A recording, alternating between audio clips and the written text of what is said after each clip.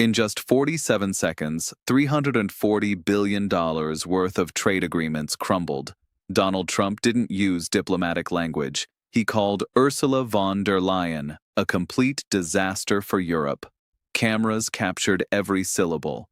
The Brussels establishment went silent. What did Trump reveal about von der Leyen that made the most powerful political structure in Europe begin to panic? I was there when it happened.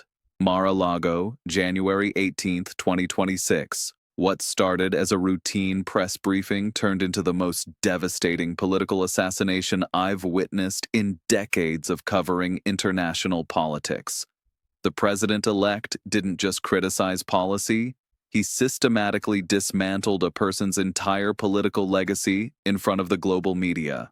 The setting was deceptively casual. Trump entered the Golden Ballroom at exactly 2:47 p.m. EST, flanked by his usual entourage. The mahogany walls gleamed under crystal chandeliers. European correspondents adjusted their earpieces, expecting the usual, careful diplomatic dance. The air conditioning hummed quietly as nearly 40 journalists from 12 countries prepared their recording equipment. The European press corps was expecting standard diplomatic rhetoric about strengthening partnerships. Instead, they got a masterclass in political destruction. I could see it in Trump's eyes the moment he approached the podium. This wasn't going to be another routine foreign policy briefing. This was an execution. "You want to talk about Ursula?" Trump began, his voice carrying that familiar mix of confidence and contempt. He leaned slightly forward, gripping the sides of the podium with both hands. "She's been a complete disaster for Europe. A total disaster. The European people are suffering because of her policies, and everybody knows it except the fake news media." The room temperature seemed to drop. A correspondent from Der Spiegel visibly flinched. The BBC journalist in the front row stopped writing mid-sentence. The woman from France 24 looked around nervously, as if searching for diplomatic backup that wasn't coming. This wasn't the measured criticism they were accustomed to. This was personal, direct, and utterly devastating. I watched as the White House press secretary shifted uncomfortably behind Trump. Even his own staff seemed surprised by the ferocity of the attack.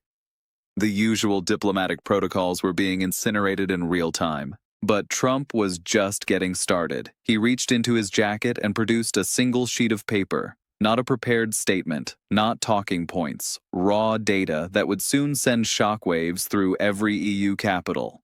The paper looked official, bearing what appeared to be Treasury Department letterhead.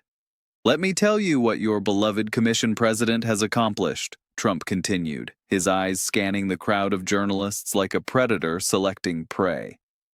"Under her leadership, Europe has become completely dependent on American military protection, while simultaneously trying to undermine American economic interests. The numbers don't lie, and believe me, I know numbers." He held up the document, turning it slightly so the cameras could catch the official seals and signatures. $187 billion. That's how much European taxpayers have paid for her Green Deal fantasy, while their energy costs have tripled. Meanwhile, she's begging us to defend Ukraine while refusing to meet NATO spending commitments. Germany spends 1.57% of GDP on defense. France manages 1.9%. Italy barely reaches 1.51%. We spend 3.5%. It's a disgrace. The brutal honesty was breathtaking. A correspondent from Politico Europe was frantically typing on her phone. The Reuters journalist had gone pale. Behind them, I could see camera operators zooming in for close-ups, knowing they were capturing history. A Reuters correspondent raised her hand. "Mr. President-elect, those are serious allegations against a sitting head of government." Trump's response was instantaneous and merciless. "Allegations? These are facts. Your commission president has turned Europe into an economic basket case. German industry is collapsing. French farmers are rioting. Italian businesses are closing. And what does she do? She focuses on pronouns and climate conferences." The room fell silent. The only sound was the gentle whir of cameras and the scratching of pens on notepads. Every journalist present understood they were witnessing a historic moment. The post-World War II alliance between America and Europe was being redefined in real time. But the most devastating blow was yet to come. Trump leaned into the microphone, his voice dropping to a near whisper that somehow carried more weight than any shout. "I've been in business for decades. I know how to read balance sheets. I know how to evaluate leadership. And I'm telling you right now, Ursula von der Leyen has been an absolute disaster for the European people. She's weak, she's incompetent, and she's dangerous." The words hung in the air like a death sentence. In those 23 seconds, Trump had not only criticized policy, but had fundamentally questioned von der Leyen's right to lead. The implications were staggering. Within minutes, the clip was circulating on every major news network. CNN ran it with the chyron "Trump attacks EU leader." BBC World Service led with "unprecedented diplomatic assault." But the real damage was being measured in currency markets and government back rooms across Europe. The immediate reaction from Brussels was telling in its absence. For nearly 4 hours, the European Commission remained silent. No press release, no diplomatic protest, no carefully worded statement about respecting democratic institutions. Just silence that spoke volumes about the panic spreading through the Berlaymont building. When von der Leyen finally responded, her words revealed the depth of the crisis. Standing before a hastily assembled press conference in Brussels at 9:23 p.m. local time, she appeared visibly shaken. Her usually commanding presence seemed diminished. Her voice, typically strong and authoritative, carried an unmistakable tremor. The blue backdrop behind her seemed to emphasize her paleness. "The European Union has always valued its partnership with the United States," she began, reading carefully from prepared remarks that had clearly been written and rewritten multiple times. Her hands gripped the podium tightly. "We believe that constructive dialogue, not personal attacks, serves the interests of both our peoples." But Trump's assault had gone beyond policy criticism. He had challenged her competence, her leadership, and ultimately her legitimacy. The damage was immediate and potentially irreversible. Every word she spoke seemed defensive, reactive, weak. The markets reacted with brutal efficiency. The euro dropped 1.2% against the dollar within an hour of Trump's comments, falling to its lowest level since October 2023. German DAX futures fell 3.4%, with Volkswagen shares tumbling 6.8% in after-hours trading. French government bonds saw their yield spread widen dramatically as investors fled to U.S. treasuries. Italian bank stocks crashed 4.2% on fears of renewed Eurozone instability. More importantly, Trump's words had given voice to growing dissatisfaction with EU leadership across member states. In Warsaw, Deputy Prime Minister Jarosław Gowin was caught on microphone telling an aide, "Maybe the Americans see what we've been saying all along." In Bucharest, sources close to the government revealed emergency cabinet meetings were being convened. In Rome, League Party leaders were already drafting statements supporting Trump's assessment. Politicians who had been quietly critical of Brussels suddenly found themselves with powerful new talking points.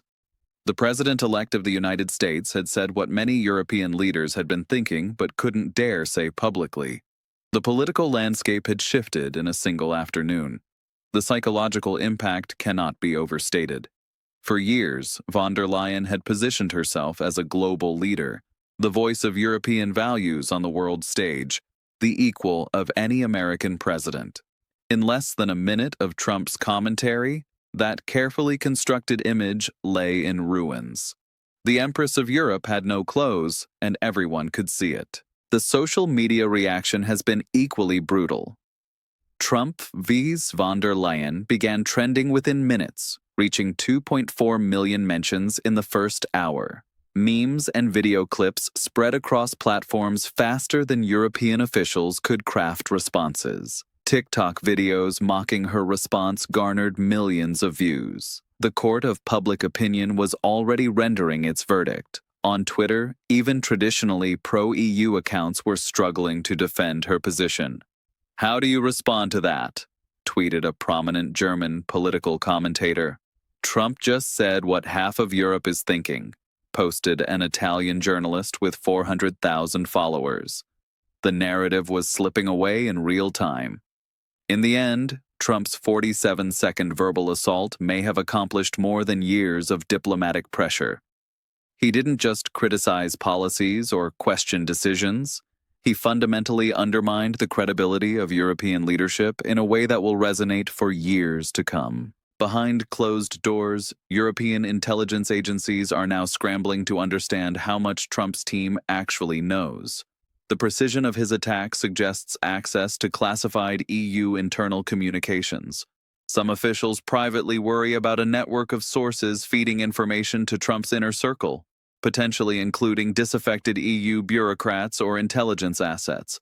The question now isn't whether von der Leyen can recover from this devastating attack. The question is whether the entire European project can survive having its leader so thoroughly discredited by America's incoming president. If she resigns under pressure, the entire College of Commissioners may fall with her, creating a constitutional crisis at the worst possible moment. The ripple effects are already beginning.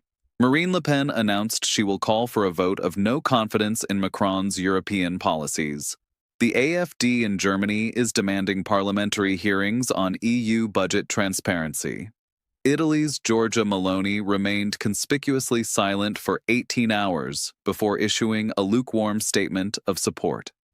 As I watched the aftermath unfold, one thing became crystal clear. The era of polite diplomatic disagreement is over. Trump's words about von der Leyen weren't just political commentary, they were a declaration of war against the entire Brussels establishment. The old rules no longer apply. The special relationship has been replaced by brutal transactionalism, and Europe, for all its pretensions to global leadership, has been exposed as fundamentally dependent on American approval.